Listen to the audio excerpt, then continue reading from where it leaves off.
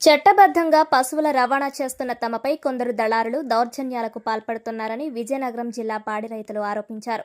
సోమవారం కలెక్టరేట్లో వారు సమిష్టిగా ఫిర్యాదు చేశారు. రవాణా పత్రాలు ఉన్నప్పటికీ కొందరు వ్యక్తులు రోడ్లపై వాహనాలను అడ్డగించి డబ్బుల కోసం బెదిరిస్తున్నారని, తప్పుడు కేసులు పెడుతున్నారని రైతులు తెలిపారు.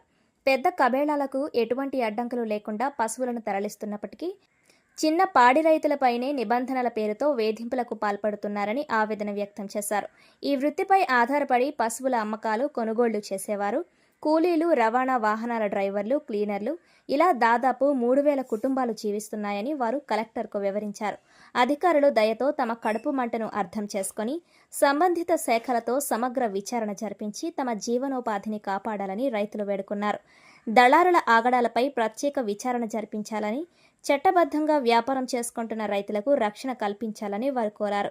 తక్షణమే పోలీసు, పశుసంవర్ధక శాఖ అధికారులతో సమావేశం ఏర్పాటు చేసి సమస్యను పరిష్కరించాలని జిల్లా కలెక్టర్ను విన్నవించారు.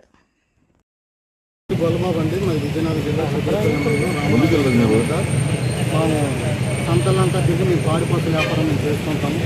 అలాగే పాడి పశువులు ఒక మార్కెట్ నుంచి ఒక మార్కెట్కి ఆ పశువులు వెళ్ళాలి కాబట్టి మేము పాడి ఎడ్లు, పాడి గేదెలు అవి తీసుకెళ్ళి మేము అమ్ముకుంటాం సార్. మరి అవి తీసుకెళ్ళాలంటే ఒక మార్కెట్ నుంచి ఒక మార్కెట్ చాలా దూరం కాబట్టి మరి మేము వెహికల్స్ పెట్టుకోవాలి. ఆ వెహికల్స్ కూడా ఇంతకుముందు కులార్లో తీసుకొని వెళ్తే అది తప్పు అన్నారు, అది ఇల్లీగల్ అన్నారు. ఆ బళ్ళు ఆఫ్ చేసేసి మళ్ళీ పర్మిషన్ బళ్ళు అని చెప్పేసి యాన్యువల్ క్యారేజ్ అని బళ్ళు ఈ మధ్యన దిగారు. ఆ బళ్ళుకి మేము లోడింగ్ తీసుకుంటున్నాం. ఆ బళ్ళు ఈ మార్కెట్ మామూలుపురం గ్రామం సార్. అయితే మేము పాడి పశువుల వ్యాపారం మేము చేస్తాం సార్. ఎడ్లు ఒక మార్కెట్ నుంచి ఒక మార్కెట్కి మేము ఎడ్లు తీసుకెళ్ళి మేము అమ్ముకుంటుంటాం. మా తాతలు, మా తండ్రుల కానీ గత 20-30 సంవత్సరాల కానీ మేము వ్యాపారం చేసుకొని మా అందరం జీవనోపాధి చేసుకుంటున్నాం. నాతో పాటు సుమారు 3,000 కుటుంబాల దగ్గర మేము ఈ వ్యాపారం చేసుకొని మేము నడుస్తున్నాం. అయితే మాకు వచ్చిన సమస్య ఏంటంటే గత సంవత్సరంలో ముందు 2-3 నెలల కిందట కులార్ వాహనాలు రవాణా జరుగుతుంది.